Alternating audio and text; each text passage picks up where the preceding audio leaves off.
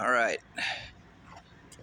I'm on Western Oregon University campus, and I saw this, and I gotta tape it.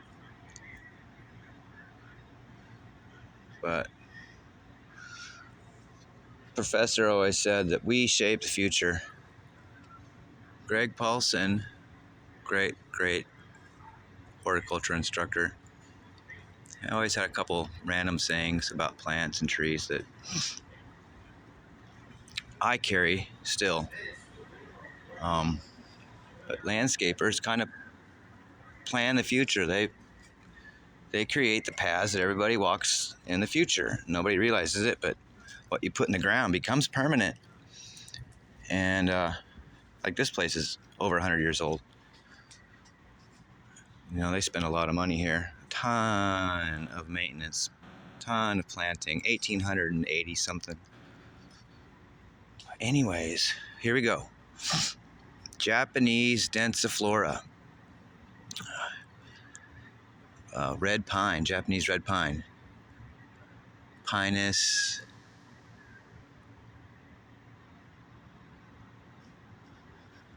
Densiflora, Pinus densiflora. This is all, Chad doesn't edit, Chad doesn't prepare, Chad just goes.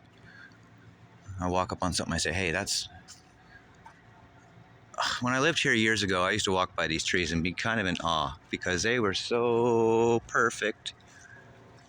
And now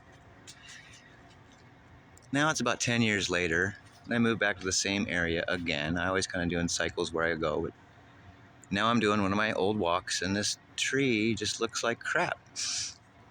Sure, pines lose their needles every 3, 4, 5 years, depending on the species.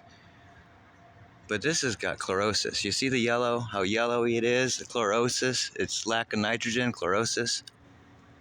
And this goes to the original saying, we plan the future for what people will be around, you know? And whoever planned this probably had a cute, dainty idea, and it looked good for 30 years, but now it's a liability. Now it has to be taken out. Now it's a piece of shit.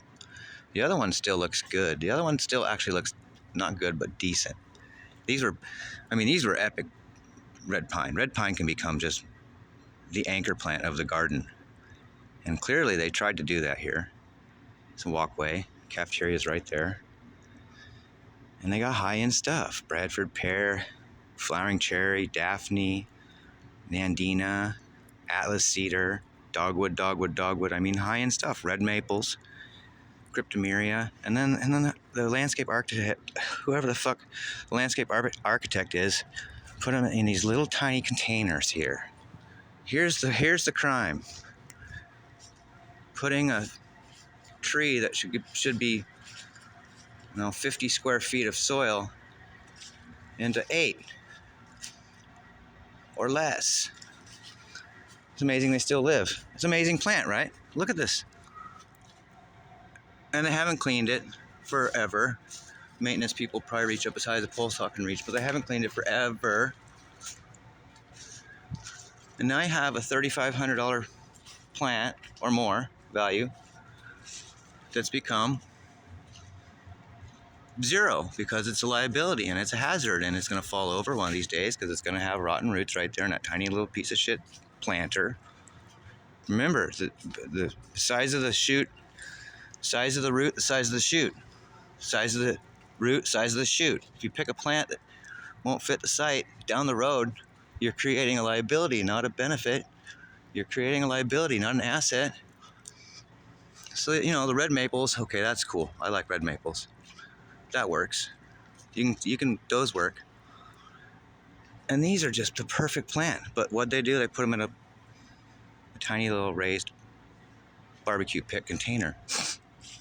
So Chad walks by and says, yep, I have to say something. Because in my eyes, it's throwing, 30, 40, 50 years of growth out the window. And all the maintenance. And it's just long-term devaluing the property, which is what most maintenance guys do. They don't pay what attention they're doing to what they're doing, how they're doing it. They just get paid to mow and blow. And I'm not a mow and blower. I'm not a painter. We don't paint houses.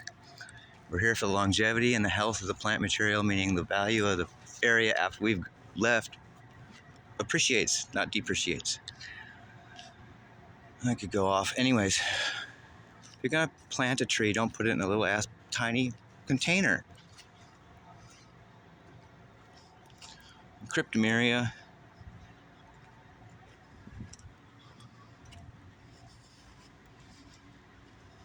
Probably a 40-year-old Daphne right here. Or more. Probably more. Let's find out.